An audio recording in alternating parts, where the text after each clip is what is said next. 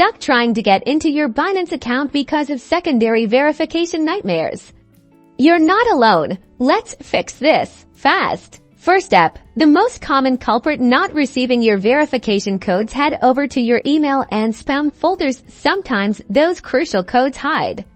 If you still don't see it, try the resend code option directly on the Binance login page. Give it a minute or two to arrive. For SMS codes, ensure your phone has a strong signal. If you're still having trouble, try restarting your phone. Many network issues can be resolved with a simple reboot. Remember to check that your registered phone number is still active and correct within your Binance account settings if you can access them elsewhere. Still no luck with codes? It might be time to explore alternative verification methods if you have Google Authenticator set up.